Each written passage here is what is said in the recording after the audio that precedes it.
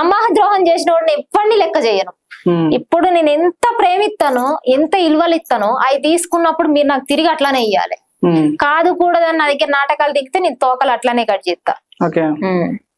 So మీరు ఇంత సామాజిక సేవ స్పృహ నీకున్న మీరు ఎందుకని ఎమ్మెల్యే కంటెస్ట్ చేయకూడదు, ఎందుకని ఎంపీగా కంటెస్ట్? మీకు రాజకీయాల్లో ఇంట్రెస్ట్ ఉంది కానీ రాజకీయాల్లోకి రావాలని లేదు నాకు.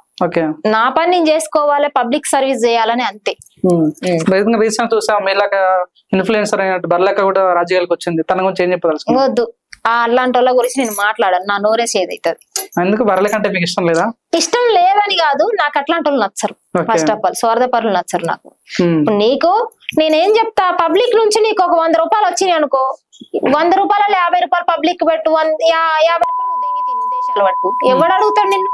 అట్లా కాదు ఇట్లా కాదని నాటకాలు దింగుతారు, మొత్తం వాళ్ళే దింగి తింటారు. అందుకే నాకు అట్లాంటి వాళ్ళ గురించి నేను మాట్లాడను. పల్లవి ప్రశాంత్ ఒకడు, ఆ బర్లక్ ఒకటి, వాళ్ళిద్దరి గురించి నన్ను అడగద్దు.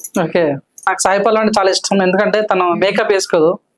ఈ రోజు నేను షూటింగ్ ఇక్కడ మన ఇంటర్వ్యూ స్టార్ట్ చేసే ముందు మీరు మేకప్ వేసుకుంటారా మేడం అంటే నేను వేసుకున్నాను. నేను వేసుకోను, మామూలుగా కూడా వేసుకోను. ఎందుకంటే మేకప్ అంటే ఎందుకనంటే ఇప్పుడు అంతా మర్చిపోతున్నాం, మనం అంతా కలుషితం అయిపోతున్నాం. చాలా వరకు పబ్లిక్ కి ఇయే చేయాలి అవేర్నెస్ అనేది నేను అనుకుంటా. ఏమనుకుంటానంటే మనం ఉన్న స్థాయి ఇదే, నాకు కూడా ఉంది, లగ్జరీ నీడ్స్ ఉన్నాయి. ఇప్పుడు నేను కార్ వేసుకొని రావంటే వస్తారు, నేను రాను. ఎందుకు? మనకి నా సొంత కార్ అయితే ఓకే, నేను గప్పాలు కొట్టచ్చు, నా సొంత కారే కానప్పుడు నాకు ఎందుకు ఈ లెవెల్ ఎందుకు? ఇప్పుడు నన్ను చూసి రేణుగోనే వీడియోలు తీస్తుంది కాబట్టి, బగ్గ పైసలు వస్తున్నాయి కాబట్టి రేణుగోనే కార్ లో వచ్చిందని ఇంకొక 10 మంది వీడియోలు చేస్తారు. అది కరెక్ట్ కాదు, అది అందుకనే నేను అట్లా చెయ్యను. ఇప్పుడు ఈ చీర ఉంది, ఇది 100 రూపాయల చీర. 100 రూపాయల చీర, 100 రూపాయల చీరలు ఏడున్నాయా అని ఎత్తుక్కొని కొనుక్కుంటా నేను, అంతే.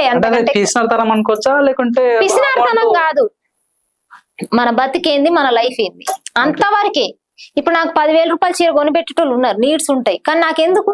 ఇప్పుడు నేను ఎవరికి చూపెట్టాలి ఆ చీర కట్టుకొని? ఎవరికాడు గప్పాలు కొట్టాలి? వేస్టే కదా.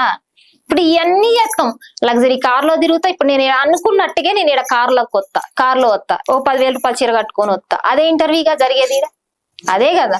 ఇంకేమైనా జరిగిద్దా? ముఖానికి ఇంత పెయింట్ వేసుకుంటా, అదే ఇంటర్వ్యూ జరిగితే ఏం జరిగింది? అదే ఇంటర్వ్యూ జరుగుతుంది. ఒకవేళ నిజంగానే చచ్చిపోయిన రోజు ఏమన్నా పోనీ ఇంటర్వ్యూలు ఇవన్నీ గుర్తు పెట్టుకుని ఏమన్నా బంగారు పాడలే తీసుకొని కట్ట బొంద పెడతారా, కాళ్ళ పెడతారా అంటే అది లేదు కదా. ఎవడు ఈడ పుట్టినోడు ఈడనే చావాలి. ఈ లగ్జరీ వ్యవహారాలు జనాలకి నేర్పడం తప్ప నుంచి ఇంకొక ఉద్దేశం లేదు. ఇన్ఫ్లుయెన్సర్ గా, యూట్యూబర్ గా నేను ఒకటి నేర్పిస్తున్నా. నేను కట్టేది 100 రూపాయల చీరే, ఏమైనా 30 రూపాయలు గాజులు వేసుకున్నా, అంతే. ఇన్ఫర్మేషన్ వచ్చింది, మీరు ఒక ర్యాపిడ్ అబ్బాయితో ఫోటో దిగుతుంటే పలానా ఒక యాంకర్ తోనే మీకు గొడవ అయిందంట, నిజమేనాది?